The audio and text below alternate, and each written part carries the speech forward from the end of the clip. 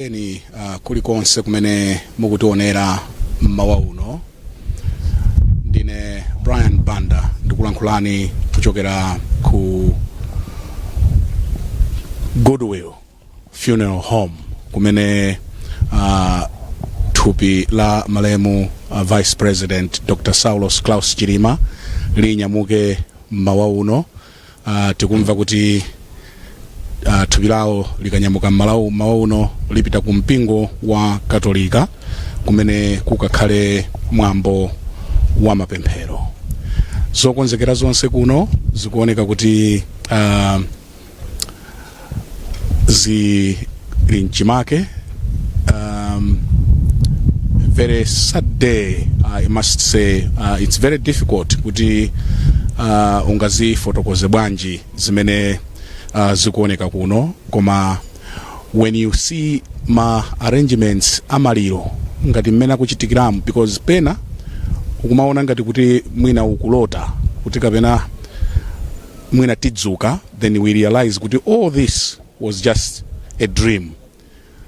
But when you see maluwa, ukaona galimoto yonyamula maliro ngati kuti kubwera, ukaona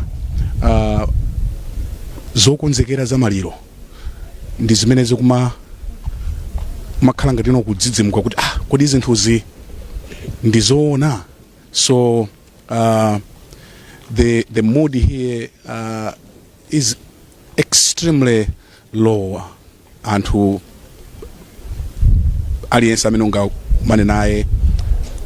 misozi, zinthu zochititsa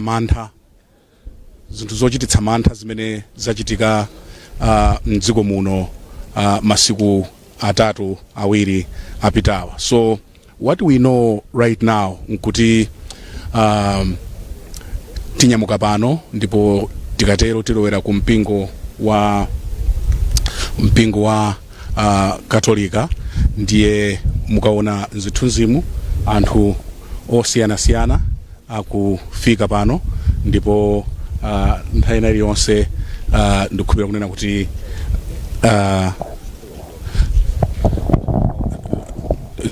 zikuoneka ngati kuti there are some changes zimene zikuchitika. I want to bring in Kathe Maulidi. Kathe,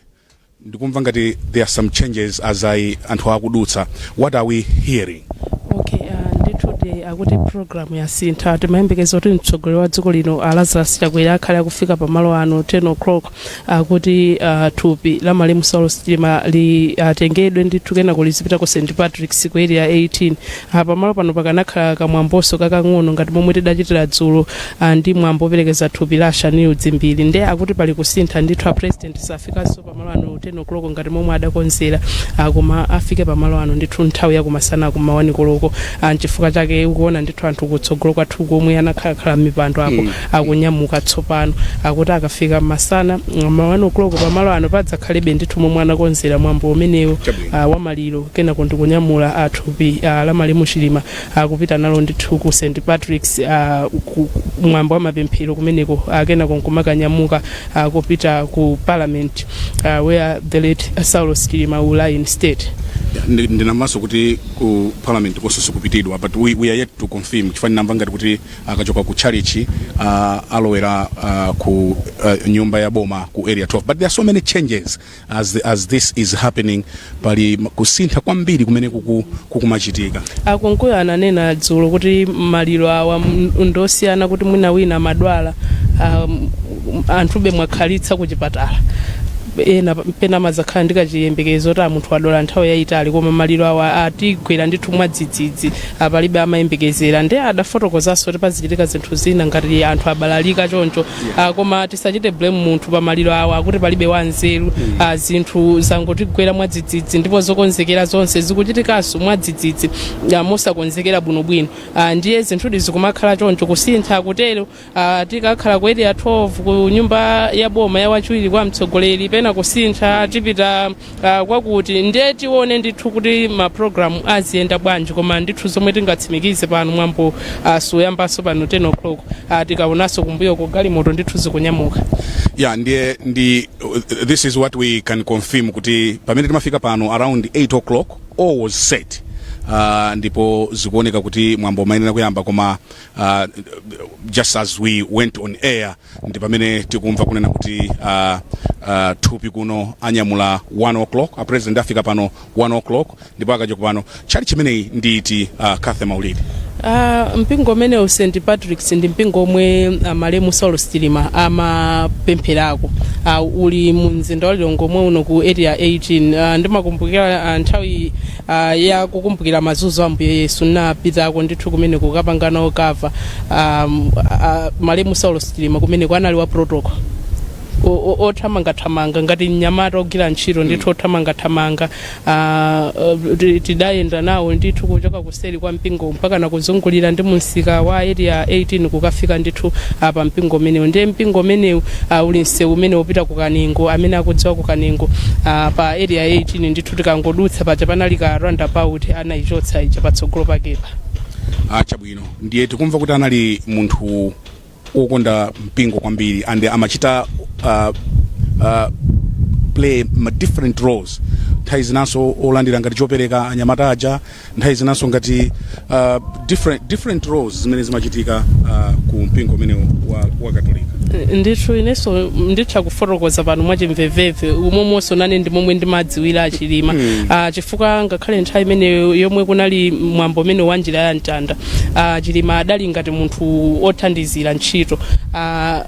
nthawi zambiri akakhala anthu akuluakulu ngati amenewa mwina amakhala kuti akonzeredwa ndithu njira yawo ma bodyguard alumu kuti wazidutsa patsogolopo koma ife tikuthamanga kuti tikatole zithunzi Chilima nthawi imene tidakapeza kuti Chilima ndi amene akukankhiziraso anthu kuti tayenda numu chani ngati mnyamata basi othamanga pa mpingo titakafika ngakhale ku St Patrick's Chilima ndi amene adali nawo mgulu lonyamula mbali akumatolera chopereka zimene ndi ntchito mwina anthu ambiri amaganizira kuti pa mpingo atha kugwira ndi anyamata oti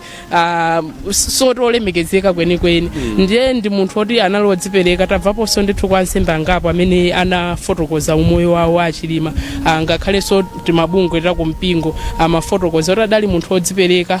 mwina pa mpingo anthu agwirizana kuti uteni tiyambitseni gulu lakuti Chilima amakhala otsogolera ndithu kuthandizira nawo kuti mpaka na gulu lomwe lakhazikitsidwalo lilimbe anthu akuyamikira ndithu kuti ngakhale momwe adali ku Korea ku South Korea atabwera ku Saturday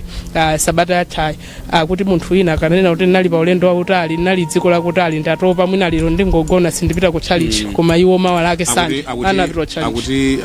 even Monday kodi zimene zinachitika Monday akuti even Monday akuti mama wa anapita 6 o'clock ndithu kakhala nawo pa misa ya 6 o'clock zimene zindi zomwe tidamva ndithu kusiwa kuja ansembe kufotokoza kuti adali munthu ndithu olimbika pa nkhani za mpingo amanenaso ndithu kuti sadangokhala munthu olimbika pa nkhani za mpingo zokhazi Chilima adali ngati mbali zambiri amapezekako tikaona ku sports uku upeza amasewera nawo golf amasewera nawo basketball tikaona za chikhalidwe uku kumene kuja kudali achingoni chikhalidwe cha chingoni sindimachitsata bwinobwino koma amachita kunena anthu pompacha kuti aiteni timbeni nyimbo yakuti nyimbo imene ndimene amayikonda kumatchula dzina lawo la chingoni ndi imene Bien ali nyimbo imene ndi yomwe amayikonda kusonyeza zoti Chilima ndithu adali odzipereka kumbali zonse ndinaona sodzolo statement ya Pan African Parliament statement imene adafotokozamo mu statement imene kuti Chilima adabweretsa swaga ku politics anthu nthawi zambiri amanena kuti okay antsogoleri sakuyenera kumapanga izi sakuyenera mwina kukavala chonchi kumakavina nawo pa mwambo wa chikhalidwe uwu kamwina sakuyenera kumakaswera mpira sakumayenera kuvala chonchi koma kuti Chilima adabweretsa swaga ku politics amapanga zinthu zoti anthu ambiri atsogoleri mu Africa samapanga nawo chifukwa naona so zithunzi zina pa miyambo ya ma bodybuilders amapezeka Chilima alinawo konkucha Rotary clubs alinawo konkucha avala zomwe anthu mbali imene amavala kaya kuli mwambo otani wa zampira ali kumeneko avala zomwe anthu kumeneko konso amavala kaya mwambo oti pali zochitika tukapulumutsa anthu malo angozi avala ndithu jombo kaponda m'madzi ndakuti adabweretsa kachikhalidwe kena kake ku politics zinthu zotandale nthawi zambiri amangovala masuti samapanga zimenezo ndithu ayi ngati mungo tipeza kumene tikulankhulira kuno kuchokera ku Goodwill Funeral Home kumene thupi la amalemu Vice President Dr. Saulos zikumavuta kuvomereza kwambiri kuti even for me to say kuti malemu ndipo Brian dzana ndikulemba nkhani ina ake ndinalemba kuti Vice President Saulos Chilima nde nadzaganizira kuti ayi tikuyenera kuyikapo malemu kungoyikapo mawu oti malemu momwe zikumamvekera so kwa iweyo munthu ndi zinthu zokhudza kwambiri sabata yatha yomwe timaona ma stories ali ku Korea kujambulitsa zithunzi kumene kuchapanga ma meetings basi days later ndikumalemba munthu kuti the late chakuti ndi zinthu zokhudza ndi zinthu zopweteka anthu amene mwina amango aona Chilima pa TV mwina amango amvera Chilima kumango aona alika ku misonkhano chani zinthu zimene zizi zapwetekaso oti tusana linawo pachifupi samadziwa bwinobwino kuti Chilima ndi ndani zapweteka chifukwa ngakhale anthu tidali titaonera nkhani pa TV kuti Chilima abwera ku South Korea Saturday kenako nkungokhala tsiku limodzi nkungokhala tsiku limodzi linalo kuti atisiya ndi zinthu zoti wina aliyense sanayembekezere ndi zinthu zopweteka kwa wina aliyense posatengera kuti munthuyo ndotani posatengera kuti munthuyo amakhala nawo limodzi amagwira nawo ntchito limodzi akapena amango aona pena pake ndi zinthu ndithu zokhudza kwambiri kuona kuti tili malo awo konzedwa chonchi palibe ankaganizira sabata yatha kuti tizakhala sabata ino malo ano chonchi kumati tikudikira thupi la malemu Saulos Chilima omwe ali mchipinda chimenechi yembezi sitinayembekezere ndi zinthu zoti angakhale ansembe ajananera kuti zikumachitoneka ngati filimu kuti mwina ita ndithu chabwino ndimafuna ndinene kuti palinso Red Cross pano amene kuyambira zimene zitachitika ndaonanso kusiwa kuja kumakhalanso Red Cross chifukwa ena nyengo imeneyi amapezeka kuti mtima wathamanga kwambiri kukomoka kumene ndi chisoni momwe zinthu zikumakhalira Brian taganizira ngati momwe tinalili kukanengo kuja kuona mabokosi atayalidwa 5 atayalidwapo nkumati so mabokosi ena atuluka posachedwa apa ena awiri atuluka ngati maliro 7 amene amatulutsidwa kumene kuja tikudziwaso kuti maliro enaso tayika dzulo lake Abdul Abken ndi zinthu zomvetsa chisoni kwambiri ndi zinthu zoti ngakhale akubanja kumauzidwa kunena kuti maliro thupi la m'bale wanu sitikufuna kuti lituluke apapa chifukwa choti ndilonongeka kwambiri adavulala kwambiri sakuyenera kuti akhale nawo apa tikufunika tipange changu akayike ngakhale achibale ndi zoti zopatsa maganizo kuti kodi ndi munthu thupi lake likuoneka motani ndi zopatsa maganizo kwambiri ndipo Red Cross adayenera ndithu kuti akhalepo mpacha aziona ndithu pamene pacha chifukwa nthawi yoti munthu wagwidwa chisoni kwambiri china chilichonse chitha kuchitika ndiye ndizoyenera ndithu kuti Red Cross azikhalapo ndithu kumathandizira tidaonanso ndithu achoka kuchikangawa komwe amathandizira chifukwa Red Cross pa zinthu ngati zimenezi ndithu amabwerapo pa zinthu zoti za ngozi yachonchisi taona ndithu achoka kumene kuja konokonso sanasiya I want us very quickly if we can just have a quick look at unakambapo moyo wa Chilima munthu wa ndale munthu wa mpingo komanso munthu wokunda chikhalidwe tiyambire ku ndaleko how would you describe Dr. Chilima's political journey? Okay, Chilima tinganene kuti mwina ndi munthu amene anachoka ku business ndikufika ku ndaleko anthu kumati kodi amene ndi ndani olo ukakumbukira nthawi yomwe amayambitsa chipani chawo cha UTM anthu komati chipani chimenechi mwina singafike patali anthu adali sodabwa kuti chipanicho pa chisankho chafika ndithu over a million zinali zodabwitsa kwambiri nde achilima moyo wawo wandale makamaka tidaona ndithu atabwera amene wa mu 2014 pomwe adawasankha former president Peter Mutharika kudzakhala ndithu wachiwiri wawo running mate wawo ndithu iwo akhala ndithu vice president kuchoka mchaka chimenechi cha 2014 mpaka kuzafika chaka cha 2019 adakhala ngati achokamo pang'ono momwe zachisankho zidasokonekera mchaka cha 2019 koma tidaona ndithu atachita mgwirizano ndi chipani chimenechi cha Malawi Congress akubweranso ndithu nkuzakhalanso vice president kuchoka mchaka cha 2020 mpaka mtsiku lalero lomwe tikuti Chilima kulibe akukalowa m'manda ndiye iwo akhala ndithu ali vice president and nthawi yapitayo atakalowa mu mgwirizano ndi atambitsa chipani chawo titero nkukalowa chipani chawo nkukalowa mu mgwirizano ndi chipani cha Malawi Congress ndi zipani zina nkufotokoza kwawo ankati poti wakhala materemu awiri ali vice president ankati ndithu adagwirizana kuti mwina temu inayo iwo adzapatsidwe mwayi okhala ndithu president wa dziko lino nde makapa nkhani zandale Chilima anthu si dzina loti munthu nkumachita kufunsa kuti ndi ndani pa moyo wawo wandale Chilima adali munthu odziwika ndithu ndingafotokozenso kuti adali munthu odziwa ndale zimenezo kwa ineyo chifukwa Chilima ine ndapanga kwa interviews ndi ma interviews amene ndapanga pena kuwafunsa funso loti mwina munthu wina kwa ndale atha kukwiya nkukula nkhlaso zosakhala bwino koma Chilima adali munthu odekha ndi makamba dzulo kungoti sindatsirize ndi makamba oti padali nthawi yake ndidapanga interview atangomangidwa pa milandu yakatangale nthawi imeneyo adali ali ku Lilongwe Chief Magistrate Court titafika kumene kuja adawachaja iwacha ndi milandu isanu ndi umodzi mpaka na adali mu court koma ndidayetsesabe kuti ndafunse kuti mafunso ndinafunsa mafunso koma adali munthu oti osakwiya ndi mafunso amene timafunsawo ndi situation yomwe adali sadakwiye kuti kakundipyera mtima amayankha mafunso aja modekha ndipo adanena kuti wo amangidwa alola kuti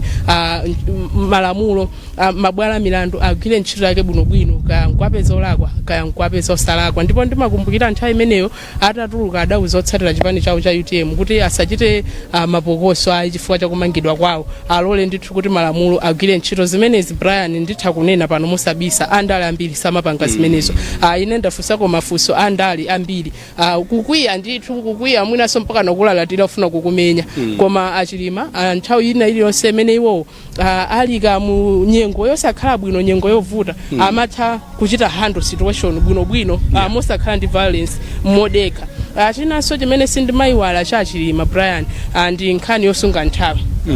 ndikukhulupirira kuti alisa amene ogwira kwa ntchito ndi Chilima adzakumbukira pa zimenezi Chilima kanena kuti ndili ndi meeting akuitanani ku meeting kuja meeting yange kwamba 1 o'clock ukapita umene kuja 1:30 ukapeza tu meeting yatha umakapeza meeting yatha chifukwa iwo 1 o'clock icha amakhaoti kumene kujafika mwina 1:45 he will be there waiting for people to arrive mwino wake wa meeting akafika kumene kuja kumakudikirani kuti niyo mufike ukangoti wachedwa pang'ono umakapeza kuti meeting yawo yatha ndimakumbukira nthawi kana titana ku UTM headquarters anali ndi press briefing adanena kuti press briefing yathu yamba 1 o'clock ine ndati nthawi ya Chimalawi ndinanyamuka umene kuja kafika 1:30 ndinakapeza briefing yatha Chilima ndithu ambi adali munthu oti zimene zimasowa kwambiri kwa andale ambiri amatha kukuitana pa meeting mwina mukakhala 4 hours mukwadikira munthu sadatulukire koma big man syndrome koma Chilima ndithu amasunga nthawi amene akhala nako pafupi amene agwira nawo ntchito ndithu atha kunditsimikiza zimenezi ngakhala tolankhana amene atha kunditsimikiza zimenezi kuti Chilima akangoitanitsa press briefing anthu amachita kunena kuti tikafika 1 hour before kumeneko tikangochedwa tikapeza yatha apita tinenenso kunena kuti pamene tikukamba za Chilima aliponso anthu ena 8 kaya 8 amene atisiya pa ngozi imeneyi ndi maidzi mbiri akulowa m'manda lero kubalaka timu yathu ina ili kumeneko ndikupita zimene zichitike kumeneko muzionenanso pompano pa Kanema wa Times. Mukaona mchithunzi mwanumo zokonzekera kuti kodi mwambo umene ziyenda bwanji, mukuona IMDF kukonzekera ndithu kuti kodi masanano zikhale bwanji ndi mwambo wa chisilikali. So zimenezi zikadachitika mmawa uno koma tamva kuti zasintha. So ngati mukungotipeza kumene, these are live pictures kuchokera ku Goodwill Funeral Home kumene thupi la malemu Saulos Klaus Chilima lili ma 1 o'clock tikumva kuti President Chakwera akhala akufika pano, ndipo mwambo umenewu uyamba, ndipo kenako tilowera ku kodi dzina la church chamulira St. Patrick's Catholic Church, ndipo kuchokera pamenepo tikumva kuti apita ku area 12 ena kuti apita ku parliament. Can you just enlighten us? Pamenepa zimene zizindi zomwe adafotokoza kunkuyu madzulo ku msonkhano wa atolankhani omwe adaitanitsa, ndipo pano pa titha kutsimikiza kai kuti akachoka ku St. Patrick's akuyeneka kupita ku parliament. Chifukwa nkhani imene ndakambidwa unapita ku Brian kusiwa malo ndochepa ndiye ngati malo akumachepa chonchicha kulibe mtsogoleri wa dziko, taganiza kuti atikwabwera mtsogoleri wa dziko ndoti ngakhale njira yomwe kumakatifikitsa pa chipata cholowera ku nyumba kumene kusitika kwa anayi, chifukwa ngati tokha tikumakanika kumene we struggling kuti tilowe kutuluka tikuvutika kwambiri. Ndiye kumene kuja nkhani dali yoti ku komiti akambirana kuti malo ndochepa, ndiye adafotokozera ndithu ngati komiti yomwe ikuyendetsa mwambo amaliro umene adafotokozera president kuti mwina tisinthe kusivo tichokeko komanso kuitira 12 tichokeko. Ndipo pano pabe titha kutsimikiza ndithu fukasi padabwere press briefing ina akomiti kuzatifotokozera ngati pa asinthaso, ndiye titha kutsimikiza kuti tikakachoka St. Patrick's the vice president will in state kuti ku parliament kumene ndithu apitilire mpaka na mawa kuzakhala mwambo ku Bingo Stadium mmalo mwa kusivo kuti anaika kuja pa Sunday ndoti anaika kusivo aonanso kuti kusivo malo ndochepa ndiye asinthaso apita ku Bingo. Ndiye kuti Sunday ku Bingo akatsiriza ku Bingo ndi pamene thupi likunyamuka tsopano kuti mwambo wonse ukachitike eno thupi la Saulos Chilima ngalowe mmanda kunsibe kunchewu. Ndiye mwambo oyika thupi limeneli uchitika Monday kunsibe Monday ndithu chabwino. Ayi ndimaona ngati kuti pakadali pano mwina tisiyane pamenepa mwambo onyamula thupi la malemu Saulos Klaus Chilima umanena kuyamba mmawa uno, but as Kathy has said mwambo ndi waukulu, so there are adjustments amene akumachitika, but we can understand kuti these adjustments akhoza kumachitika chifukwa ndi ngozi, ndiye you cannot plan. So ndimangofuna kuti if we may tingokuonetsani panjapa pang'ono mmene kukuonekera kuno chifukwa taona kuti anthu ena